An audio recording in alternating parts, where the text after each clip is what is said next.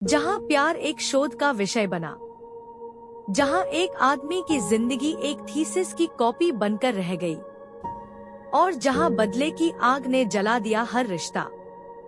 सिनेमे व सेडिट्स पर पेश है तेरे इश्क में, वो दिल दहला देने वाली कहानी जहां प्यार और धोखा एक साथ चलते हैं। जहां एक लड़की ने समझा प्यार को एक प्रयोग, जहां एक लड़के ने दिया अपना सब कुछ एक झूठ को। क्या शंकर माफ कर पाएगा मुक्ति को? क्या मुक्ति बचा पाएगी शंकर को खुद से, या फिर इस इश्क का अंत होगा एक तबाही के साथ? Delhi university students union Dusu के अध्यक्ष शंकर एक जोशीले, गुस्सैल और विद्रोही स्वभाव के युवा थे, जिनकी गर्म मिजाज की वजह से पूरी यूनिवर्सिटी में उनका डंका बजता था और वह हर मुद्दे पर आग उगलने वाले भाषण देकर सभी का ध्यान अपनी ओर खींच लेते थे। वहीं दूसरी ओर मुक्ति एक शांत, गंभीर और अत्यंत मेधावी मनोविज्ञान शोध छात्रा थी, जिसका दृढ़ विश्वास था कि आक्रामक व्यवहार और गुस्से को प्यार और समझदारी के जरिए बदला जा सकता है, और वह इसी विश्वास को अपने पीएचडी थीसिस के माध्यम से साबित करना चाहती थी। अपने शोध के लिए एक आदर्श विषय की तलाश में मुक्ति की नजर शंकर पर पड़ी और उसने उसे अपने शोध का केंद्र बिंदु चुन लिया, यह सोचकर कि अगर वह शंकर जैसे आग उगलने वाले व्यक्ति को बदल सकती है तो उसका शोध दुनिया भर में मान्यता पा जाएगा। मुक्ति ने शंकर के करीब जाने की योजना बनाई और धीरे धीरे उसकी जिंदगी में दखल देना शुरू किया। पहले तो एक शोधकर्ता के रूप में, लेकिन बाद में एक दोस्त और फिर एक ऐसे इंसान के रूप में जिसे शंकर की आदतें और व्यवहार समझ में आने लगा। शंकर, जिसकी जिंदगी में कभी किसी ने उसकी भावनाओं को इतनी गहराई से समझने की कोशिश नहीं की थी, वह मुक्ति के इस धैर्य और समर्पण से प्रभावित होने लगा और धीरे धीरे उसके प्यार में पड़ गया, बिना यह जाने कि उनके रिश्ते की नींव ही एक झूठ और एक शोध परियोजना पर टिकी हुई है। इस तरह दोनों के बीच एक जटिल, उलझा हुआ और भावनात्मक रूप से विषम संबंध विकसित होने लगा, जहां एक तरफ शंकर का प्यार सच्चा और बेखबर था तो वहीं दूसरी तरफ मुक्ति का दिल शोधकर्ता और प्रेमिका के बीच बंटा हुआ था। जैसे जैसे समय बीतता गया, मुक्ति का शोध पूरा होने लगा और उसने अपनी थीसिस सबमिट करने की तैयारी शुरू कर दी। लेकिन इसी दौरान उसके अंदर एक गहरा अपराध बोध और अंतर्द्वंद पैदा होने लगा, क्योंकि उसे एहसास हो रहा था कि उसने शंकर के साथ धोखा किया है और उसकी भावनाओं के साथ खिलवाड़ किया है। वह शंकर को यह सच्चाई बताने का साहस नहीं जुटा पा रही थी कि उनका रिश्ता एक शोध का हिस्सा था, और साथ ही उसे शंकर के गुस्से और उसकी भावनाओं की तीव्रता का भी डर सता रहा था कि अगर उसे सच पता चल गया तो वह कैसा प्रतिक्रिया देगा। इस डर और अपराध बोध से घिरकर मुक्ति ने एक रास्ता निकाला। उसने अपने पिता से कहकर शादी की एक शर्त रखवा दी कि शंकर को यूपीएससी की परीक्षा पास करनी होगी, यह सोचकर कि यह लक्ष्य शंकर के लिए असंभव है और इस तरह वह उससे दूर हो जाएगी बिना सच्चाई बताए। शंकर, जो मुक्ति के प्यार में इतना अंधा हो चुका था कि उसने हर शर्त मान ली, ने यूपीएससी परीक्षा की तैयारी में जुट जाने का फैसला किया और दिन रात एक करके मेहनत करने लगा। इसी बीच मुक्ति ने आगे की पढ़ाई के लिए अमेरिका जाने का फैसला किया और शंकर से दूर चली गई, जबकि शंकर अपनी तैयारी में लगा रहा और उसे विश्वास था कि जैसे ही वह परीक्षा पास कर लेगा, मुक्ति उससे शादी कर लेगी। जब शंकर ने यूपीएससी प्रारंभिक परीक्षा शानदार अंकों के साथ पास कर ली और खुशी खुशी मुक्ति को यह खबर सुनाने के लिए दौड़ा, तभी उसे पता चला कि मुक्ति ने अमेरिका में मिले जसजीत नाम के एक व्यक्ति से शादी करने का ऐलान कर दिया है, जिसने शंकर की दुनिया तबाह कर दी। इस भयानक धोखे और विश्वासघात से टूटा हुआ शंकर आग बबूला हो गया और उसने गुस्से में मुक्ति के घर पर मोलोटोव कॉकटेल, आग के गोले फेंककर उसे जला दिया, जिससे न सिर्फ घर बर्बाद हुआ बल्कि शंकर और मुक्ति के बीच का हर रिश्ता और भविष्य भी सदा के लिए खत्म हो गया। इस घटना के बाद शंकर पूरी तरह से टूट चुका था और उसने अपना सारा ध्यान अपने बचपन के सपने, भारतीय वायु सेना का पायलट बनने में लगा दिया और मुक्ति को हमेशा के लिए भूलकर अपनी जिंदगी आगे बढ़ाने का फैसला किया। वहीं मुक्ति ने भी शादी से भागने की कोशिश की, लेकिन अंततः जसजीत से शादी कर ली और धीरे धीरे शराब के नशे में डूबती चली गई, अपने अपराध बोध और टूटे हुए दिल से छुटकारा पाने के लिए। 7 साल बाद शंकर अब फ्लाइट लेफ्टिनेंट बन चुका था और भारतीय वायु सेना का एक वीर और समर्पित पायलट था, जिसने अपने अतीत को पीछे छोड़ दिया था और अब सिर्फ देश की सेवा करने में लगा हुआ था। वहीं दूसरी ओर जसजीत भारतीय नौसेना में एक अधिकारी था और मुक्ति सेना की एक प्रमुख काउंसलर बन चुकी थी। हालांकि वह अब भी शराब के नशे से जूझ रही थी और उसकी सेहत बिगड़ती जा रही थी।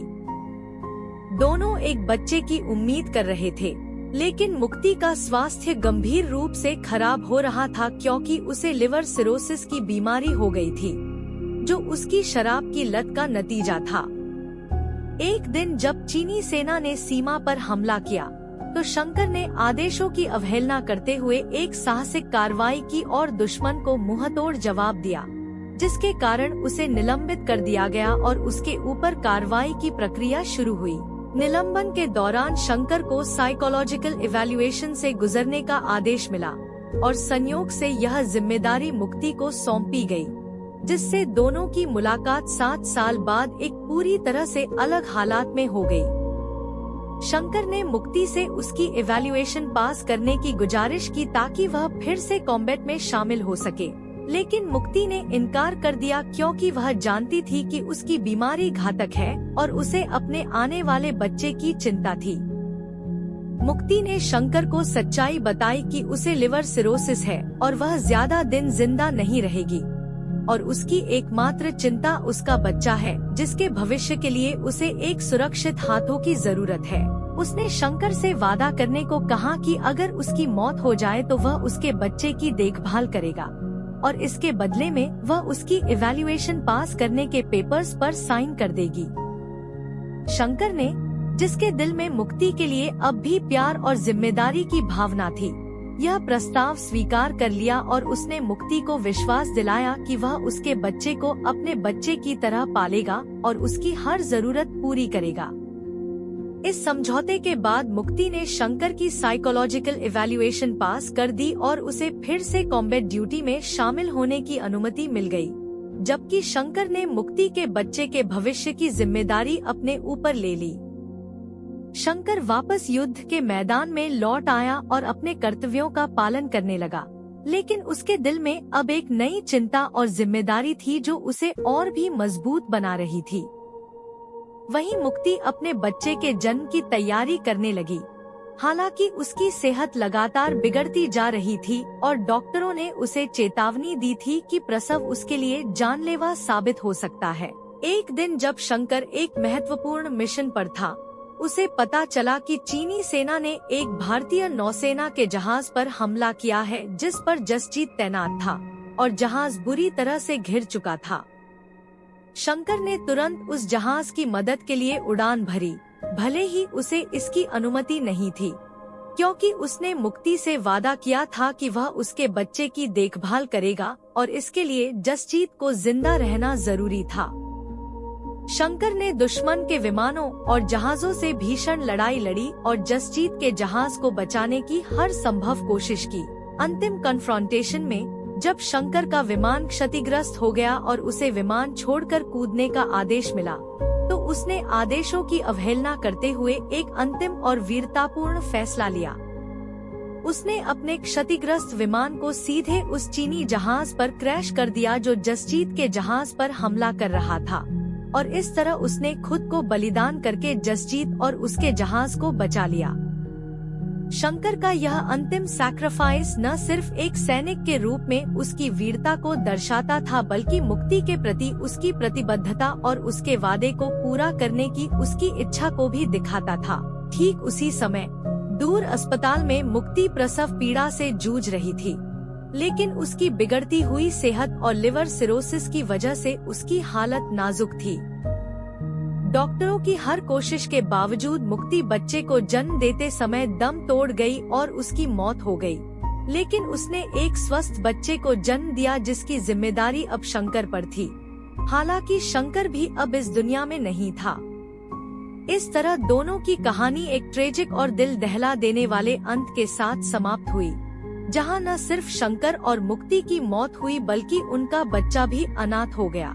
यह कहानी हमें सिखाती है कि प्यार और रिश्तों में ईमानदारी सबसे महत्वपूर्ण होती है, और अगर शुरुआत ही एक झूठ से हो तो उसका अंत बहुत बुरा होता है।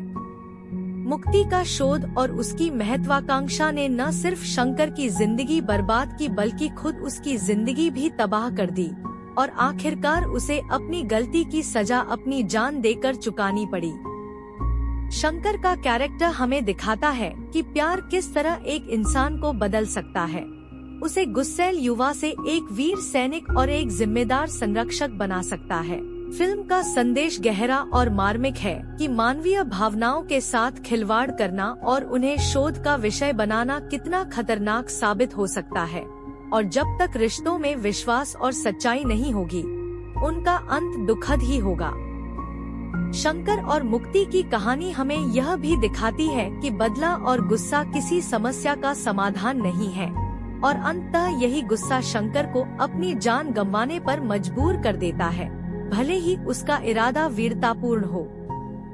अंत में तेरे इश्क में की कहानी हमें यही संदेश देकर समाप्त होती है कि जिंदगी में प्यार सबसे बड़ी ताकत है, लेकिन उसे ईमानदारी और समर्पण के साथ जिया जाना चाहिए, न कि एक एक्सपेरिमेंट की तरह। शंकर और मुक्ति की ट्रेजिक लव स्टोरी हमारे दिलों पर एक गहरा छाप छोड़ती है और हमें सोचने पर मजबूर करती है कि क्या वाकई प्यार में सच्चाई और विश्वास से ज्यादा कुछ महत्वपूर्ण है, और क्या हमें कभी किसी के दिल के साथ खिलवाड़ करने का अधिकार है। दोस्तों, तेरे इश्क में की ये दिल दहला देने वाली कहानी हमें सिखाती है कि प्यार कोई एक्सपेरिमेंट नहीं है और न ही कोई शोध का विषय। शंकर और मुक्ति की कहानी ने साबित किया कि झूठे प्यार का अंत हमेशा तबाही लाता है। अगर आपको ये ऑडियो स्टोरी पसंद आई तो सिनेमेवर्स एडिट्स को सब्सक्राइब जरूर करें, क्योंकि यहाँ हर फिल्म की धड़कती हुई सच्चाई बिना कटौती सुनाई जाती है। याद रखिए, प्यार वो मोमबत्ती है जो सच्चाई की लौ से ही जलती है, झूठ की हवा से नहीं। शुक्रिया।